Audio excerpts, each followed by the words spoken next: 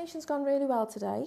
However, this little mole here is showing quite a lot of inflammation and it's برطانیہ میں ہر روز 40 افراد میں جلد کے کینسر میلانوما کی تشخیص ہوتی ہے اور اس مرض کی وجہ سے برطانیہ میں ہر سال 2000 سے زیادہ اموات ہوتی ہیں۔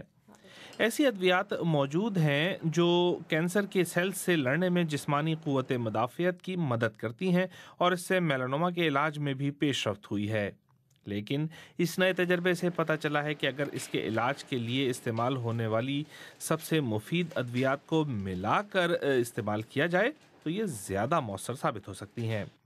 اس ٹرائل میں ایسے 945 افراد شامل تھے جن کا اسکن کینسر ایڈوانس اسٹیج پر ہے۔ ان مریضوں میں سے 58% کا ٹیومر 1/3 حد تک سکڑ گیا اور اوسطاً اگلے 1 سال میں یا تو یہ ٹیومر مزید سکڑا یا اس میں کوئی تبدیلی نہیں آئی۔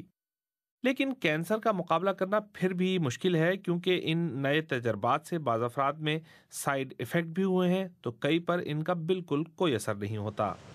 لیکن اس تجربے کے نتائج سے ایک امید ضرور جاگی ہے اور محققین کا کہنا ہے کہ ممکن ہے کہ اس تکنیک کے ذریعے کینسر کی دوسری اقسام کا مقابلہ بھی کیا جا سکے۔